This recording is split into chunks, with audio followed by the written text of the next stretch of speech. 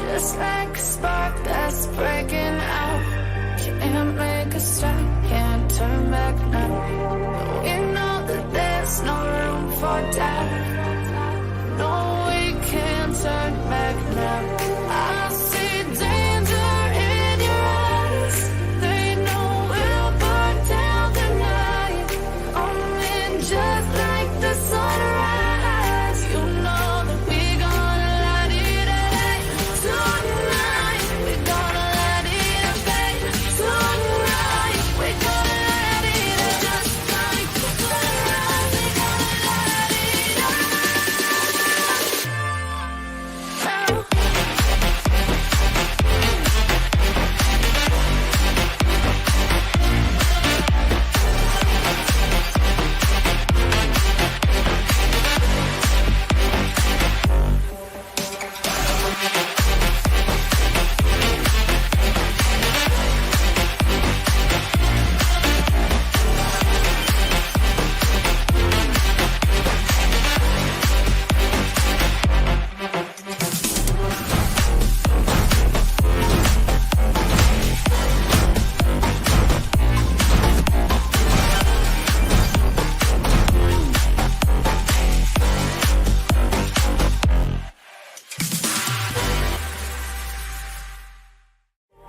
Just like a spark that's breaking out. Can't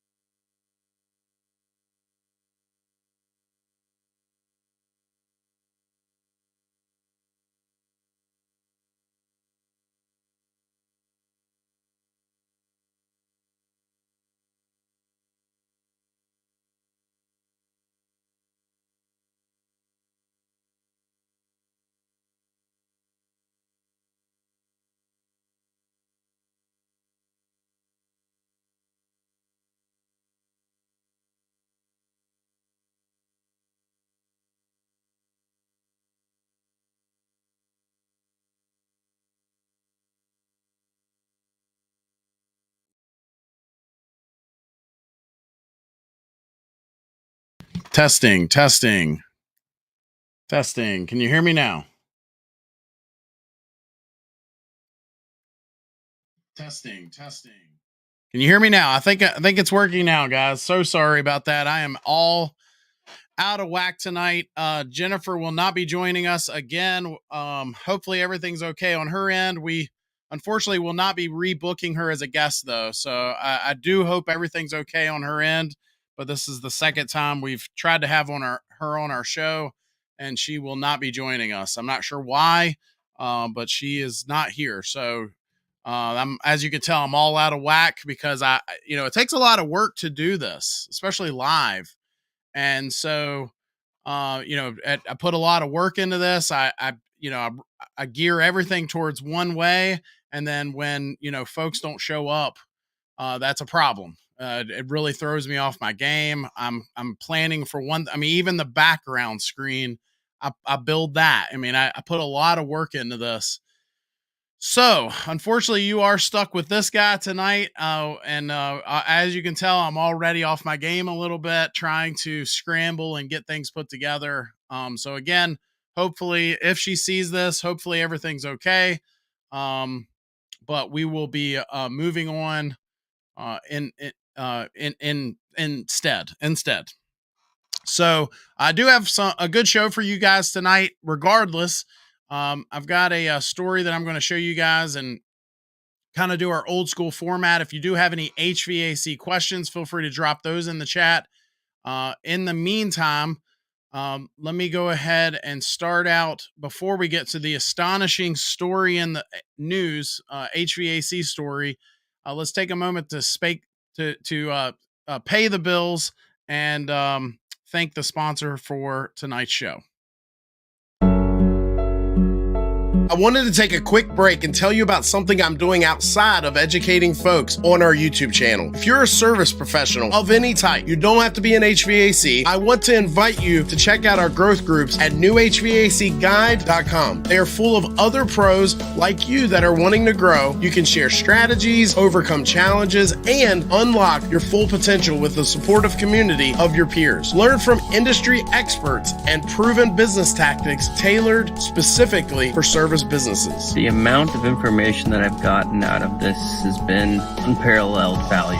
And I've learned so much from the other guys in the group, what to do, sometimes what not to do. It's helped inspire me. I'm really looking forward to what the future holds with it as my company grows and I grow as a person on this call. Check out the description or the chat for the link. See you soon. All right. Let's move on to a story that I found. Bear with me here while I pull that up because the wrong story popped up. I'm just all out of whack, guys. It really does take a lot of work to do this stuff, and so I'm a little out of whack here if you can't tell.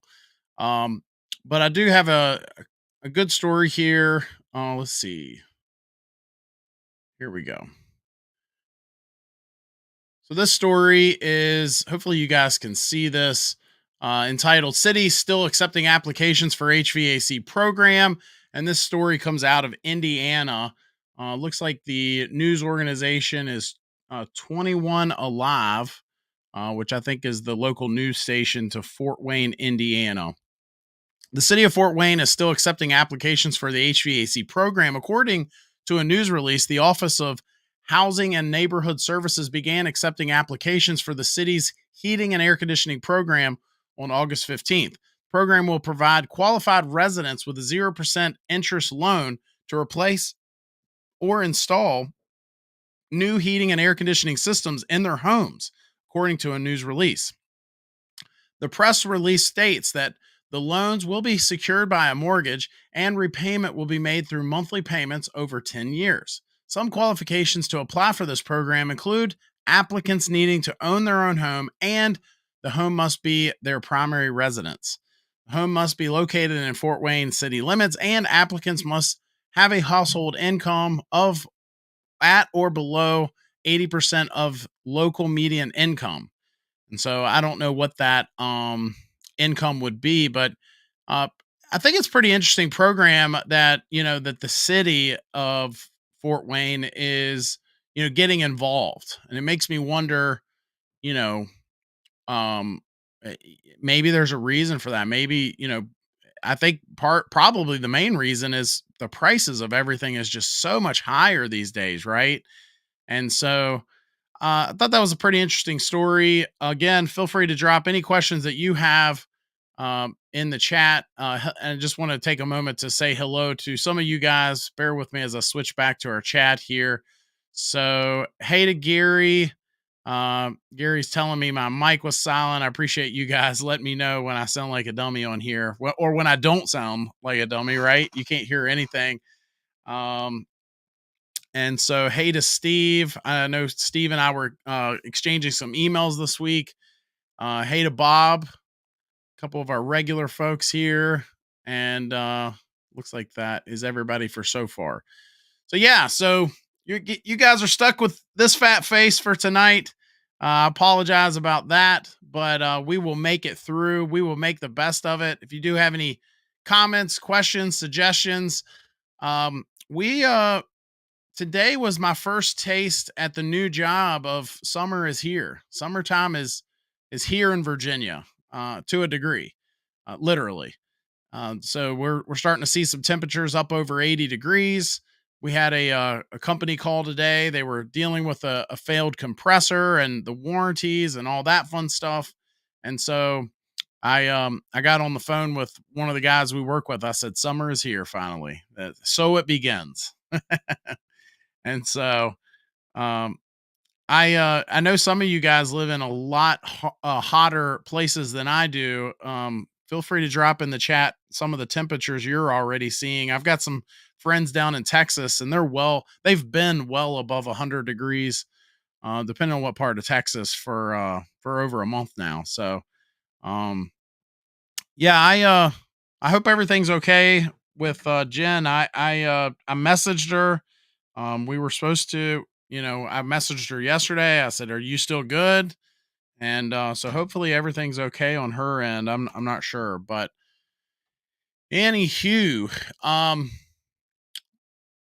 let's move on to one of my favorite segments for you guys, and that segment is tonight's question for you.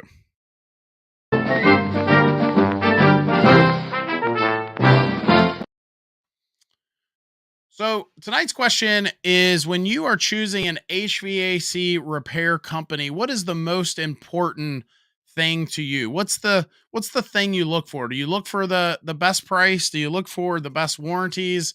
Do you look for somebody that, answers that phone quickly? What's the most important thing to you when you're looking for a good heating and air company? I'm curious your answer on that, because I think that answer is probably different for everybody, right? I mean, you might be looking for the Johnny on the spot guy, but some people might not be. They might say, "Hey, I'm willing to wait. I know my company is busy, and I'm willing to wait to get that one thing that they offer, and I don't necessarily need Johnny on the spot, right?" Some folks might want the best price in the area. They want that low price, and some folks might say, "Hey, I'm willing to pay a little more because my company offers this or that." So Steve says it's beautiful here in Kentucky, ready for the Derby. When is the Derby? I don't keep up with that.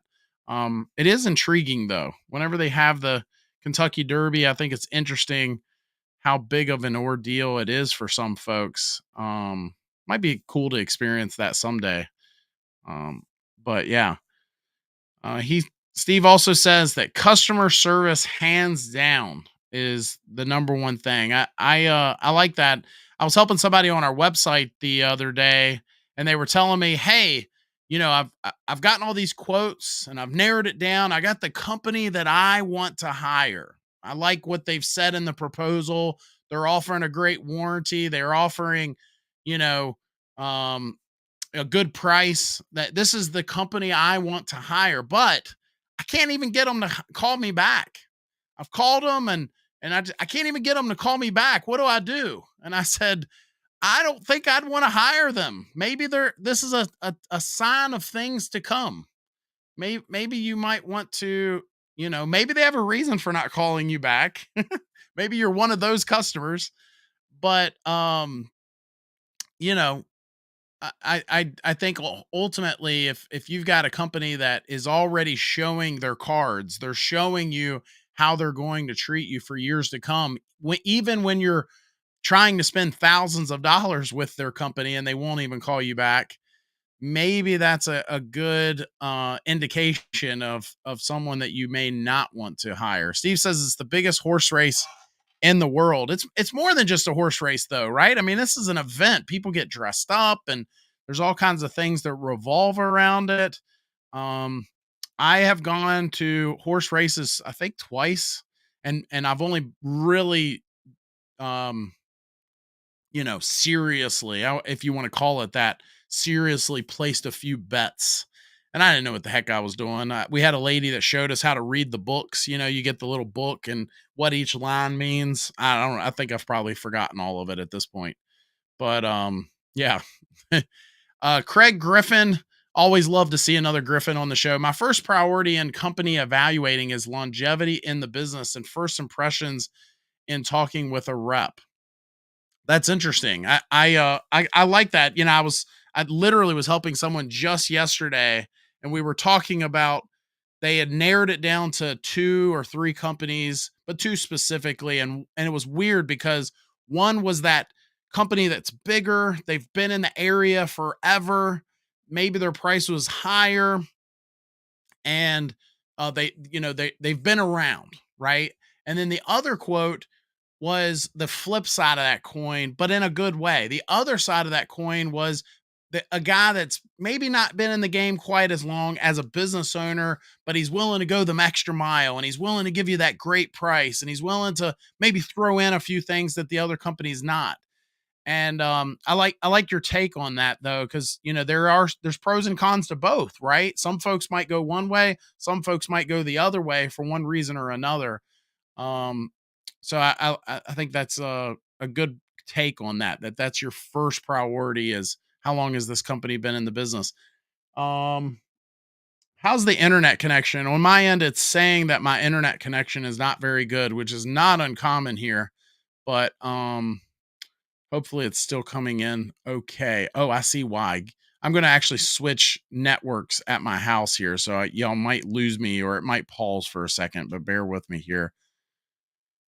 So I am switching as we speak. Hopefully I don't lose complete connection here, but I did just switch networks. So you guys might see a little bit of a blip. You may be experiencing that blip as we speak now, but I don't think I lost connection here, guys. So sorry about that. Hopefully that takes care of us here. Yeah, it looks like I think we're okay. So, hello to the good guy.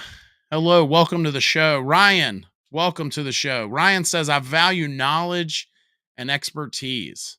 You can be a new company if I'm impressed with the company's technical skills and knowledge. I value that most. I like that. Ryan, how do you know though? What if they're really good at playing the game? What if they're good at, you know, showing that they're good, that they're knowledgeable? Do you have a way to sniff that out to somebody that's kind of you know, saying all the right things, but maybe they're not as knowledgeable as the next guy? I I know I have a friend of mine, he hired a guy and make a long story short, because it is a long story, but the short version is he basically found out the hard way after hiring the guy that maybe he wasn't as good as he thought he was going to be based on his resume and his job interview. And I think in some situations, you'll find out real quick if somebody knows what they say they know, right?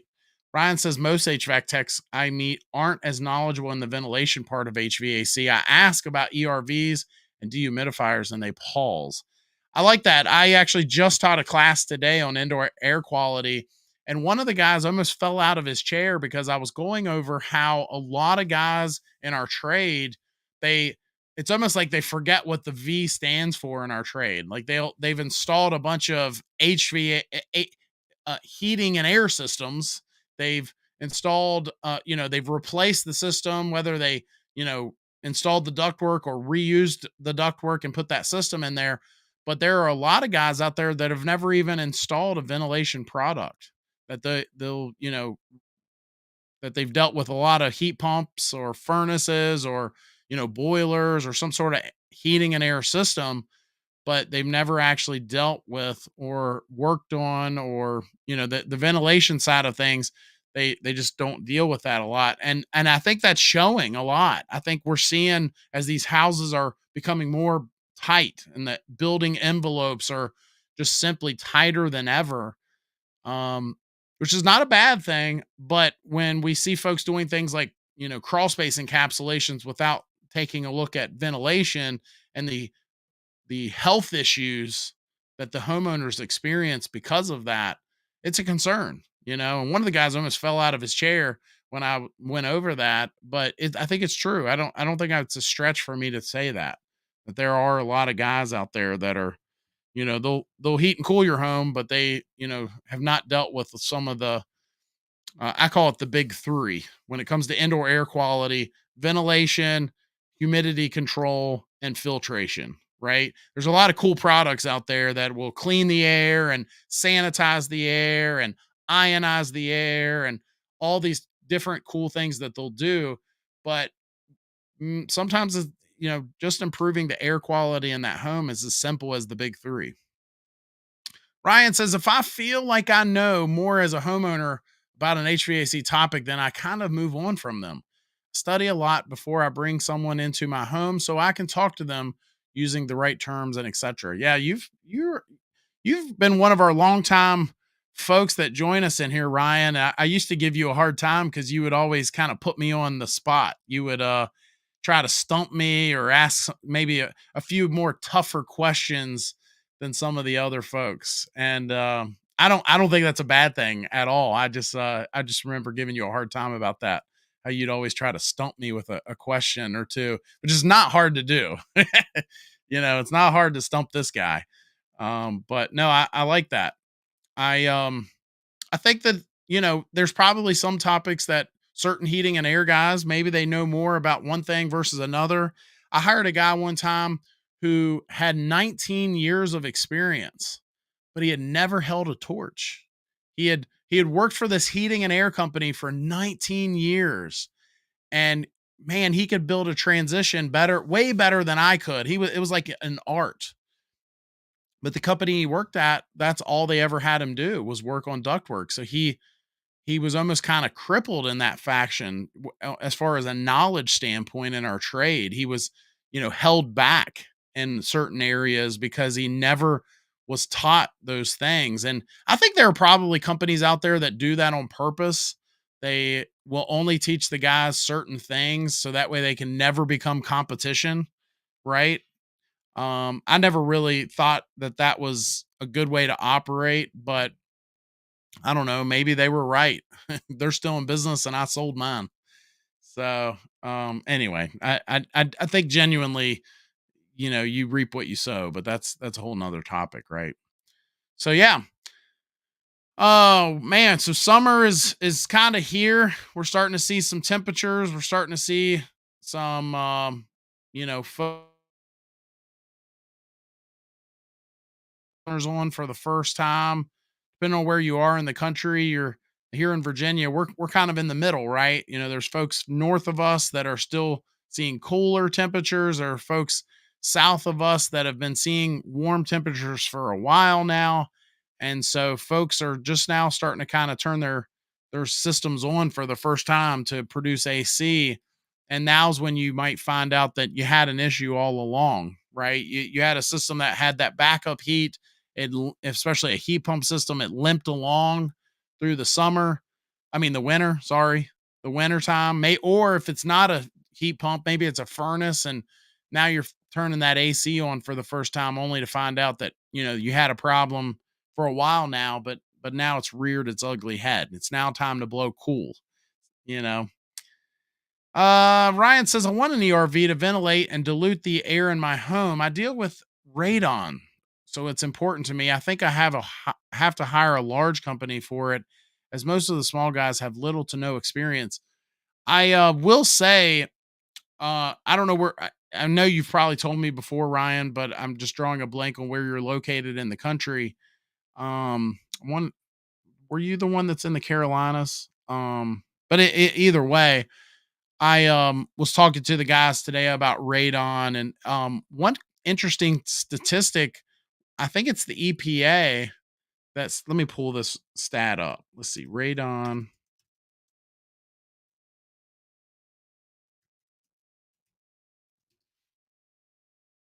I think it's the EPA, but I don't want to say yes. Let's see. Where is it at? Here it is. So this is on cdc.gov, but I'm pretty sure this stat came out from the EPA at one point as well. But radon is the second leading cause of lung cancer deaths after cigarette smoke. People who smoke are exposed to radon have a 10 times greater risk of developing lung cancer from radon exposure compared with people who do not smoke and are exposed to the same radon levels. Interesting. So, second leading cause of lung cancer deaths after cigarette smoke. So it is a concern, right? And if you do live in an area that has radon, North Carolina, okay, yeah, that's what I thought. But if you do live in an area that has radon, please get a radon detector. Just hearing that stat, actually, I'll be completely honest with you, radon's not as big of a concern. I'm near the coast of Virginia, but after talking to some of the guys today, I'm considering just getting one. Just get a radon detector, put it in my house just to have one, and just in case, right? Just in case. Especially again from some of the conversations I had in today's class. Never hurts, right? Be too cautious, right? Bob says, I worked for a company in Houston and the ductwork men only did ductwork. Yeah, so maybe that's common, especially depending on the size of the company. Now, the guy that I was talking about, the company he worked for was not that big, but maybe some guys don't even want to. They want to be good at one thing and they want to make money doing that one thing, and that's kind of the thing they want to do, right? I remember working for an electrical company years ago, and there was a guy there that could run electrical conduit. He could run miles of the stuff and make it look beautiful. Didn't have two, you know, he had no sense of circuitry and wiring and all of that stuff. He could run beautiful conduit, but that's all he did. That's all he wanted to do. That's all he cared to learn, and he was good at it, and he stayed in his lane. So maybe that's just kind of how it is with some of the, a lot of guys used to call us tin knockers if you were in heating and air. So maybe that's, if you're a tin knocker, you just stay a tin knocker. Maybe. Ryan says, sad because I work with small companies as I feel I can develop better working relationships. Yeah. So two sides of that coin. Ryan saying smaller companies, was it Craig? Craig was saying that, maybe it's more about the, longevity of that company. Maybe not necessarily the size, but the longevity. How long have they been in business? What are they? If they've been in business for 2 decades, they must be doing something right.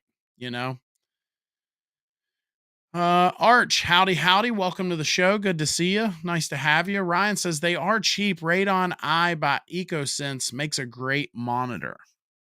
Good to know. I will look that up, pal. Arch says I read some states will loan radon detectors. Wonder if they're like those ones that they're monitoring you. Big Brother's monitoring you. They're loaning it to you to monitor you, Arch. They're watching you, buddy. Bob says homes with basements where the air handler are in the basement will find radon down there. Well, that's my house. Again, as I said, the area I live in, I was told years ago that the area we live in, that radon was pretty much non-existent, but kind of had some couple guys in my class today, a couple old timers, and they said, well, that's not 100% true. It's not as big of a concern in our area, but to say it's non-existent is not true. So they kind of opened my eyes on a few things. So that's why I said I was gonna look at getting a radon detector for my house. Let's see if we can find a good radon detector online. Let me see if I can find that one that you threw out there, Ryan. Where did it go? Radon Eye by EcoSense. Radon Eye.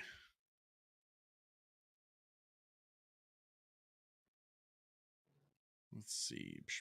Okay. So this says Radon Eye. So $174.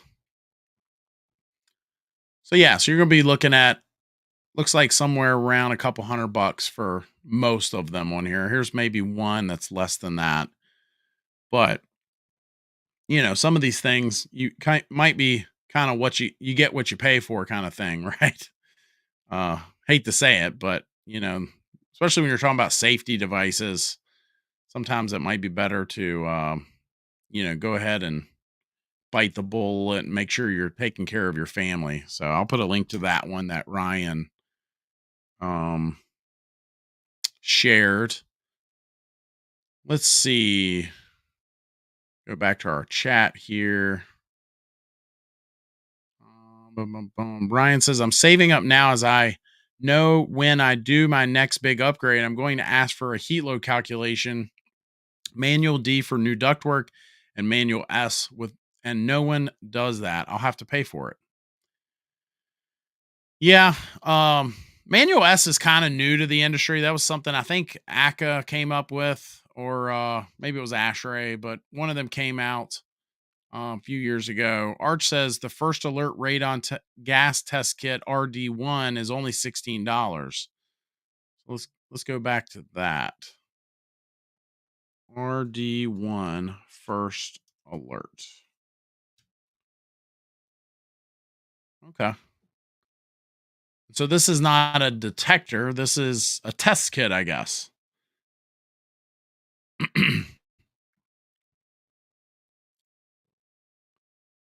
So they do not remove, tear, or puncture this paper. This side must be face upward during testing. So they send you this little kit, I guess, and then you got to mail it off. Wonder if this is more accurate because you're mailing it off to some sort of lab. But, it's a one-time deal. Is it possible that you could test negative and you think you're good to go, and then, something happen, something get disturbed, and then you do have radon in your home and you've got to test again? I guess, at that price you could test multiple times, right? But I will put a link to this one as well in the chat for anybody that wants to test for radon in their home. Let's see. Ryan says most radon guys I talk to say radon eye is great. They don't like the air things as much. Interesting. Okay. So we've got a little debate here. We've got Arch on one side. We've got Ryan on the other. It's a big debate now. Shots are being fired. Guys are getting testy. Pun intended. Arch is getting testy. Emery says, what role does Manual S have when designing an HVAC system? So ultimately, the thought process here, Emery, is let's back up a little bit. So you've got your Manual J. That's going to be your load calculation. That's going to decide what's the size that the system needs to be, right? And then you've got your Manual D, and that's your ductwork. That's the sizing, the layout, the rules that you should go by, if you will, when it comes to the ductwork. And so then finally, Manual S is the overall selection of the equipment to that will best suit that application. And so that's essentially what that is and how that works. Ryan says the test kits are a short-term test. It's not a monitor. Radon spikes at different times, especially after rainfall. Okay, we're learning all kinds of stuff tonight. I got to be honest. As I said earlier, I don't know everything, and radon is, kind of a new thing to me. I'm learning more and more, and that's something. I'm glad you pointed that out. If there are times of the day that it's better or worse, maybe we can get some sort of radon expert on here. Larry, are you a radon expert that you could, enlighten us on a show coming up? Maybe that might be something good that we can talk about. Larry has been on our show before. Very smart guy, knows way more than I'll ever know. And he does all kinds of cool things in his career, owns several businesses, and also has an awesome YouTube channel where he shares secrets on how to, repair things and learn things and all kinds of stuff. He says all of those radon testing monitors are fine. I use the Sun Nuclear. Oh, it sounds fancy. It's nuclear radon continuous monitors only, and they're about $1,000 a monitor, all in one of the all in of them. He says I own 7 of them.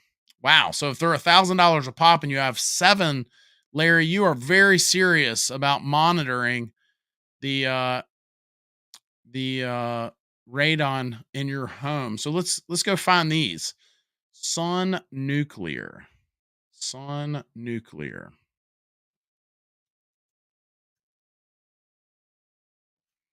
Sun Nuclear. I'm glad we've kind of gone down this rabbit hole. So I guess they don't offer this product that you're talking about, Larry, on Amazon. maybe that's a good thing, right? Sometimes the good stuff, the better stuff is not necessarily something you can find at a discounted rate on Amazon. So I'm not seeing that. Unless I spelled something wrong. That's also something possible. Maybe, well, it came up. Sun Nuclear. Maybe I'm missing it. Let's try to do this. Sun.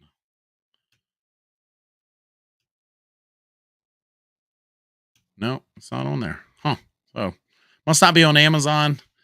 Larry, let us know where you can purchase that product. So if, in case somebody wants to have that. He says the EPA 48-hour short-term test is just an indication only. Longer-term testing is always best, but in a real estate transaction, we don't have time for longer.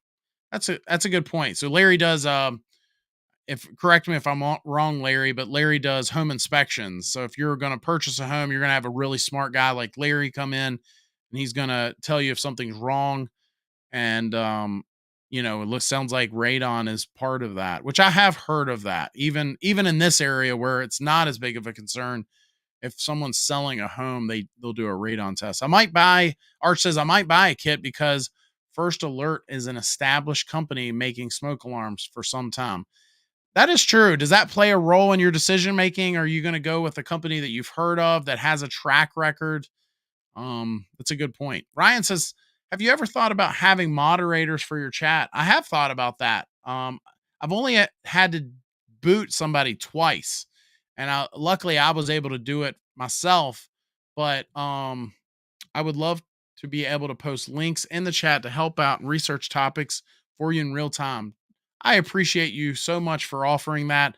Send me an email this week. I would definitely take you up on that, Ryan. You've been one of our longtime people that join us, and I would appreciate that. Larry says, yeah, I like to talk about radon on videos. I've only conducted thousands and thousands of tests. Radon, Larry, you're still learning then, only thousands. I mean, come on, you come back to me when you've done millions of tests, sir. Joshua says, I don't need a radon test in my home. I grab my keys and wallet and grip them firm with my 13 fingers every morning. 13 fingers, man. It's probably not the radon. Something you dipped your toes and fingers into something, pal. No, I like that. Larry says my monitors are only for professional use. They are not for consumers. Gotcha. Okay, so maybe that's one of those. Really, obviously they're more pricey, and they're probably something that a pro is going to want to operate as well. Maybe it's going to show you all kinds of things. I don't know. Ryan says that's how I learned from radon by buying a home. That's how I learned about radon buying a home. That's funny. Yes, during home inspections. Josh says this turned into a radon guide for homeowners. I know this is kind of a rabbit hole. We've done that before. We go down these rabbit holes, and sometimes I'm learning myself, right? Just reading you guys chatting it up, talking about things. I am going to take a break from the chat and show you guys a really cool segment. This is going to be one of you guys know that I love doing my goofy segments. This one's called Crazy Clips, and this is going to be maybe my favorite clip I've ever shown you guys. So let's get to it. Crazy Clips.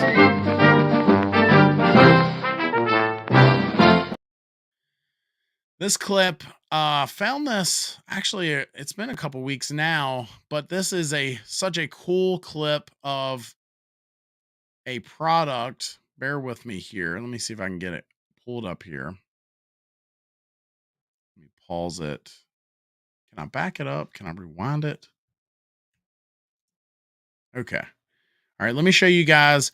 This is a compressor. Now, I've heard of refrigerant systems, especially for schooling, where they use this really strong tempered glass, and that you can see the flow of refrigerant and in a vapor or liquid form through the system. But I've never seen a compressor. Some of you guys probably have if you've gone to some really cool schools. But this is just such a cool clip. This is showing how a compressor actually works. So when you see that black shell, or some brands, there might be another color, but most of them in our country are going to have that outer black shell. This is what's going on underneath that shell. So check this out. This is so cool. Let me see if I can get the sound going too. All right, check this out.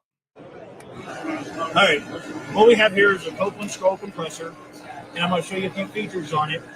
I've also, it is actually running. We can hear it running right now. And if you feel down here, you can feel there's a suction and a discharge, so you can feel the air coming out and the suction is going in. All right, and I've got a strobe light right here. And the strobe light is going to slow things down so we can see this with our eyes, because what's going on inside of here is happening faster than our eyes can see. Okay? Right. So the first thing you notice when it's running, we can see oil pouring out of the side of the scrolls right here. Okay. Because what happens is the crankshaft sitting in the oil is turning at 3,500 RPMs. It's got a little pickup on the bottom of it.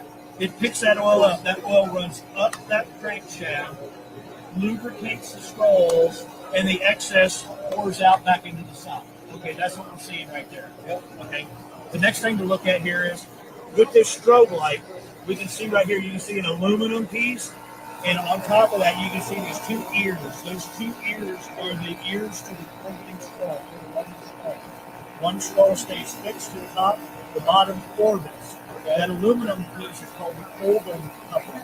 That Oldham coupling allows the scroll to orbit, not spin. Okay, and we can see that with the strobe light. You keep your phone there. When I pull this away from the same spot, watch what happens. You can't see it. It's because it's running so fast, our eyes aren't actually. They're not. That's how I'm ready. All right. Okay.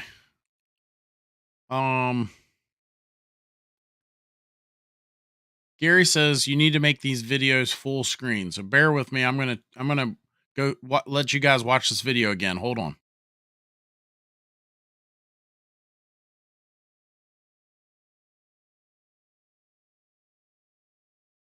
What we have here is a Copeland scroll compressor, and I'm going to show you a few features on it. I've also, it is actually running. We can hear it running right now. And if you feel down here, you can feel there's a suction and a discharge, so you can feel the air coming out and the suction is going in. All right, and I've got a strobe light right here. And the strobe light is going to slow things down so we can see this with our eyes, because what's going on inside of here is happening faster than our eyes can see. Okay? Right. So the first thing you notice when it's running, we can see oil pouring out of the side of the scrolls right here. Yep. Okay. Because what happens is the crankshaft sitting in the oil is turning at 3,500 RPMs. It's got a little pickup on the bottom of it. It picks that oil up. That oil runs up that crankshaft, lubricates the scrolls, and the excess pours out back into the side. Okay, that's what we're seeing right there. Yep. Okay. The next thing to look at here is with this strobe light, we can see right here, you can see an aluminum piece, and on top of that, you can see these two ears. Those two ears are the ears to the orbiting scroll. One scroll stays fixed to the top, the bottom orbits. Okay. That aluminum piece is called the Oldham coupling. That Oldham coupling allows the scroll to orbit, not spin. Okay, and we can see that with the strobe light. You keep your phone there. When I pull this away from the same spot, watch what happens. You can't see it. It's because it's running so fast, our eyes aren't actually. They're not. That's how I'm ready.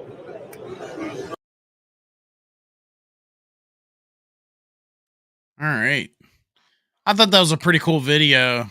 Just kind of showing the insides. I mean, I don't even think I ever really I've never seen anything like that. I've seen where they cut them, they'll cut them in half and you can kind of see the inner working parts, but I just thought that was a really cool demonstration. I've never seen anything like that. So let's go back to our chat. Arch says, looks like we're going to have a Ream 3.5 ton, 13.4 CO2 packaged heat pump installed within the next week. So much for the IRA rebates. My wife is tired of waiting and the heat is almost here. Yeah. I mean, you guys are out there in that desert, man. I can only imagine. I mean, I don't blame you. I know you've been holding out, man. You've been holding out longer than most could. So, congrats though. Congrats on your new system. And I hope everything goes well for you. Jordapen says my Daikin MXL heat pump has performed well over the heating season here in Ontario. I I appreciate you sharing that. A lot of folks don't realize how well some of these heat pumps can perform. And if you're way up in Canada, I hear folks here in Virginia, we don't see nowhere near as cold of temperatures as folks in Canada see. And we'll have people here say, "Oh, well, heat pumps just don't keep up." They've come so far. They've come such a far, journey down this path. Ryan says, "Josh, when you replaced furnaces, did you check that the home had CO detectors or if the detectors are old?" I will say, Ryan, that I never checked the age of those detectors, but it was in all of my documentation that if they had any gas burning appliances, you guys have probably heard me do my spiel before. I would always say to them, it's not even something I sell. You can go to Walmart or wherever and buy them. And I would not go to sleep tonight if you have a gas burning appliance in your home without a carbon monoxide detector. So yeah, I think they're very important. Gary says, oh yeah, that's where he said to make it full screen. So yeah, hopefully that helped. Ryan says, I wish contractors had to submit install pics to manufacturers for quality control. I see lots of improper installations. Should be more accountability for contractors to protect customers out there. I don't disagree with you at all. In fact, I would even go one step further and say that I wish that some of these pictures had to be, even if it was not just the pictures, but maybe some sort of, connecting of the system, operation of the system, measurements taken, and have to be submitted to maybe an inspector of some type. Uh, the problem is cost, right? So homeowners are already feeling the pinch of higher prices out there, and that extra step would that drive up pricing even more. I mean, every little thing seems to drive up prices a little bit. But no, I'm totally with you on that. Do you think Daikin would consider making communicating system that works or integrates with home automation platforms like Alexa, HomeKit, Google, or other pro options like Crestron? I know Daikin has a new division. They're working on more I think I can share that because they shared it at AHR, that they are making more options for thermostats than ever before. Let me look up one thing.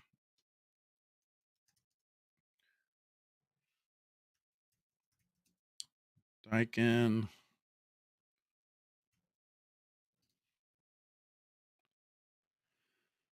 Yeah, so I know the Daikin. So that's what I thought. So the Daikin one does connect to Alexa. So I just verified that. And it does connect to Google Assistant. So I think Ryan, you're the one that has asked about some of the other smart home technologies out there and that they don't integrate with, but I do know that they do integrate with Alexa and Google Assistant. Let's see. Bob says he agrees with Ryan. We all agree with Ryan for sure. Larry says that is very cool. Engineers are pretty incredible people. Amen. Some of the things they come out with, that is impressive. Thanks for the fuller screen, Josh. Yeah, it's so cool. I thought that was the coolest video. It's probably my favorite clip because I've been doing that clip segment for a little while now. That's probably my favorite one I've ever shown. Let's see. I just want to make sure I get that off of there though, because I have a little running list of things, and now that we've used it, I want a little invention there. Josh says, I take multiple pics of my installations, and most of my customers can see them on my website, on Facebook, etc. I think that's great, man. If you are proud of the work you do and you're willing to put it out there like that, that obviously says a lot about the work that you're doing. He says, I have nothing but to hide as my quality is always top notch. I mean, shoot, I don't even know you, Josh, but I would even say that, if you've got that kind of confidence, that little swag, that's the kind of guy that I'm looking for. That's the guy I want to install my next system, right? Ryan says there is another player making inverter package units now, Mr. Cool Universal, and if it is installed by a pro, it comes with a 10-year parts and labor warranty. Bosch Gree and Mr. Cool have options. I'm not going to say anything on that. I would just be careful where you do business, especially when it comes to folks honoring warranties. And we'll just leave it at that. Emery says, Alexa picked up your voice. Ha! Alexa. I'm driving some of you folks nuts. Emery's going to strangle me. Arch says, aren't Bosch made in China by Medea? I know they were. I have not kept up with it as close, but I do know that they were and have been for a while. I'm actually going to be in a Bosch class in a few weeks, so maybe I'll learn more. Ryan says, Josh, yes, pics and maybe a commissioning report from MeasureQuick or something to see it working properly. Yeah, MeasureQuick or some software showing measurements being taken, showing some operation, showing that you did take proper static pressure readings, things like that, man. It would go a long way. It would, if nothing else, it would say to the homeowner that you did everything you could to make it right, to make it. But yeah, if they're sending those back to the manufacturer, some manufacturers might even go so far as to say, hey, we don't want you installing our products if you're not going to have higher standards than that. Some manufacturers will let you sell this brand over here. If you're going to do less than subpar work, we're going to let you sell that, but you ain't going to sell our premium stuff. I don't know. I think it's an interesting point. Having some sort of policing in our industry and being able to clamp down on things not being done properly. Is it that someone's learning, or is it that they just don't care? And I think sometimes it's just not talked about enough in our industry. Bosch is stepping it up in the Medea platform. I have had a few issues in the tech support and warranty department. Is right on point. They will get a larger share of the market soon. I am sold. They definitely have a larger share of the market. The overall market share, the pie, if you will. They have a larger slice of pie in my area than they did before. They've really carved out their own little niche. And I think I've said this before. I have one of the original Bosch 1.0s in my house and on the first floor, and it does great. I had one motor failure, but other than that system just keeps on a trucking. Arch says the idea of an inverter in a packaged unit is a great idea for places where a traditional heat pump doesn't heat well once it gets in the 30s. Yeah, I think that is one thing Bosch has really set themselves apart. They were first to the party with that inverter packaged units. And I do think that we're going to see more follow in the future, but they really set the precedence on that. If you can't find engineering data on Bosch, just search for Medea engineering data. Medea is the same information and much more informative. I wonder how long the Bosch package units will last. Time will tell. I think overall, I did a video not long ago talking about this. Overall, inverter systems are just simply more reliable. If they're running at lower pressures at times, the refrigerant loop has less wear and tear from that standpoint, but the compressors themselves last longer than single stage systems. That's something guys like to try to argue on. The motors are going to be about the same on both, but when it comes to the compressors, in my experience, inverter systems last longer. Josh says, just watch the 15 SEER Bosch heat pumps manufactured in 21 and 23, bad boards galore. In your experience, how long is the average life cycle of a product that a company offers? Do you think a new system introduced today will still be on sale in 10 or 12 years? How often is the turnover? Well, I think that especially these days, with all the new refrigerants coming out and some of the other crazy things we're starting to see, that affects my answer to that question. Had you asked that question 5 years ago, my answer might have been totally different. But I do think, as far as will a system introduced today still be on sale for 10 or 12 years? And that's hard to answer, because we already see where the industry is going. Now, how long it'll take us to get there, who knows? I mean, the phase down of 410 is still supposed to, go right through the year 2036. So probably in that around that time frame is when they'll start looking at the next phase of refrigerants, I would suppose. But who knows? Well, I'm sure we'll have plenty of content for this YouTube channel for years to come, trying to keep people up to date, trying to keep people informed. We shall see. Arch says, I'm hoping we'll get 15 years out of our new heat pump. Yep. At least 15 years, right? If you take good care of it. I would love to know, you guys have those units up on the roof. Those units sit out and get baked in the sun. I'm sure that does put some wear and tear, or if nothing else, on the the outer shell of that unit, right? It's just beating down on that system constantly. But it probably does make the head pressures a little higher. It's sitting out there in the sun. That affects it as time goes on. Ryan says the scary thing about inverter longevity are the inverter board costs after warranty ends.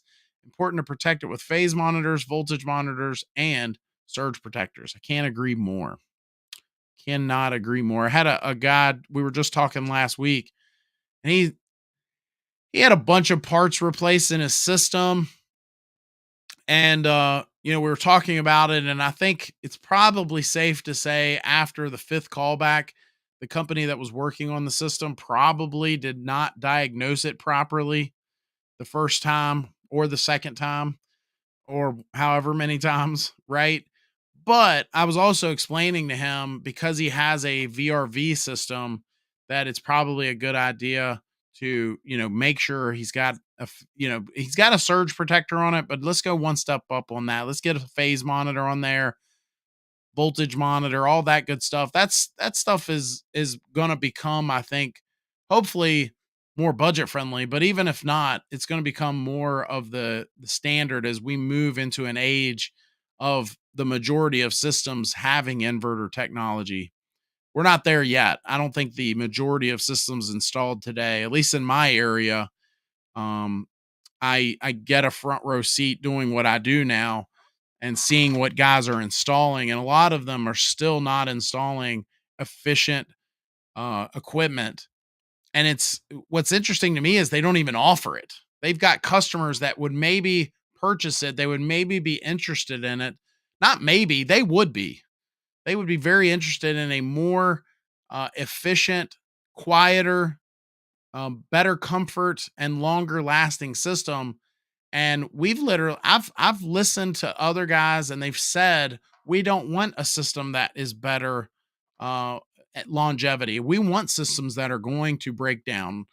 We literally had I heard a contractor say one time, we do not want to sell Daikin because it has such a great warranty. We want to sell products that are going to break down, and we're going to, be able to sell more systems.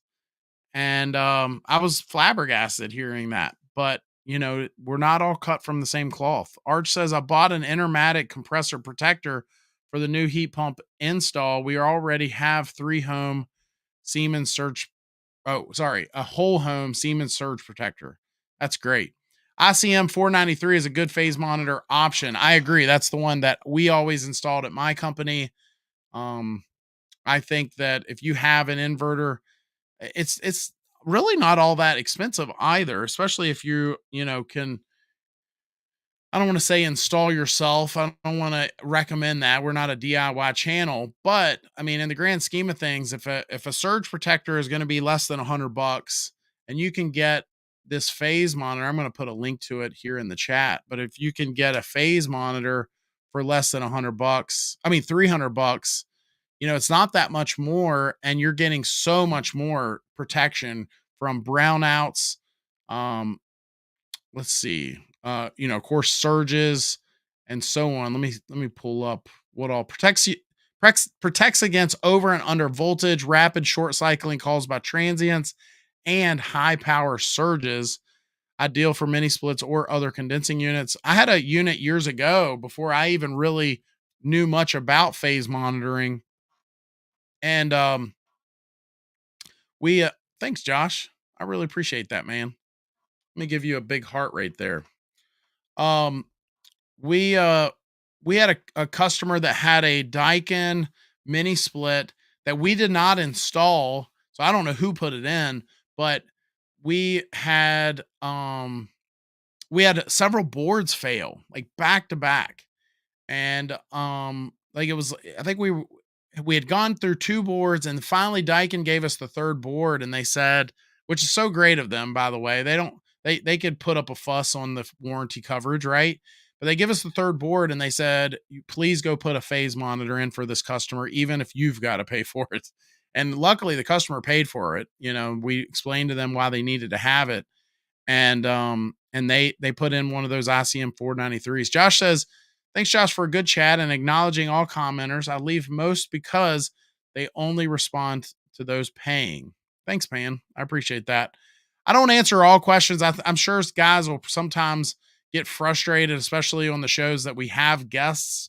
But I'll just be transparent with you guys. There are sometimes certain guests just don't want us to talk about certain things, or there are just some questions we're not going to ask the guests live and put them on the spot. And so that's part of it. And then sometimes, we've got a particular topic that we want to cover. We want to stay at one topic. And so we just don't get to all the questions sometimes, but I try to. If you guys ask questions in the chat, I try to get to as many as we can, even when we do have guests. While you're still here, looks like we've still got good numbers here. I do want to go ahead and tell you guys about next week. I have one of my favorite guests that I've ever had on my show. This guy, if there was to be a Mount Rushmore of heating and air instructors out there, this guy would probably be on that Mount Rushmore. His name's Ty Brannaman. He's got a YouTube channel called Love to HVAC.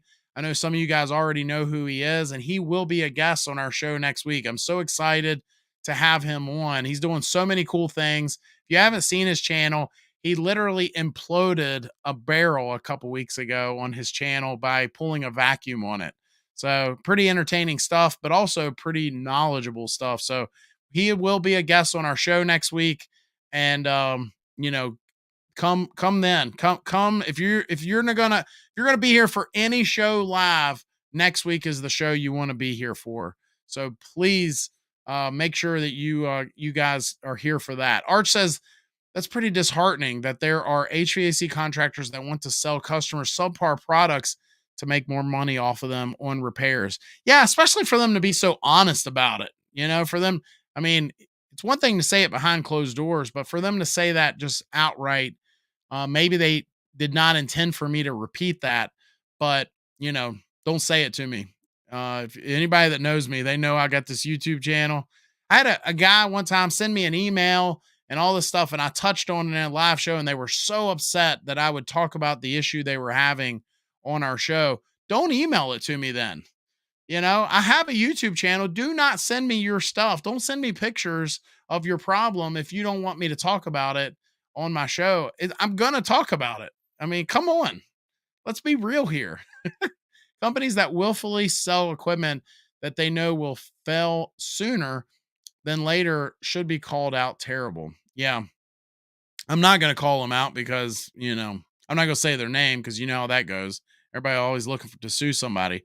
But Gary, looks like Gary's cutting out. Thanks, Gary. Have a great week. We'll see you next week. Josh covered lots of great questions tonight. Very good show. Thanks, pal. Appreciate that. That's something I've noticed when you have guests. Would love for those senior executives or managers to answer tough questions. That's why they get paid the big bucks and are in those positions. I mean, I agree with you a little bit, Ryan, but if I bring them on here and try to go all Barbara Walters on certain people, they might not be willing to come on my show anymore. I think I want to respect them.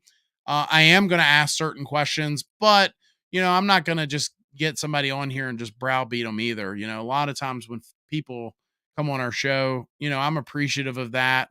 And even if we don't agree on everything, I've had guests on here Not just the folks you're talking about, but I've had other guests that we probably just disagree on certain things, right? There are other heating and air guys that there are fundamental things that we probably don't agree on.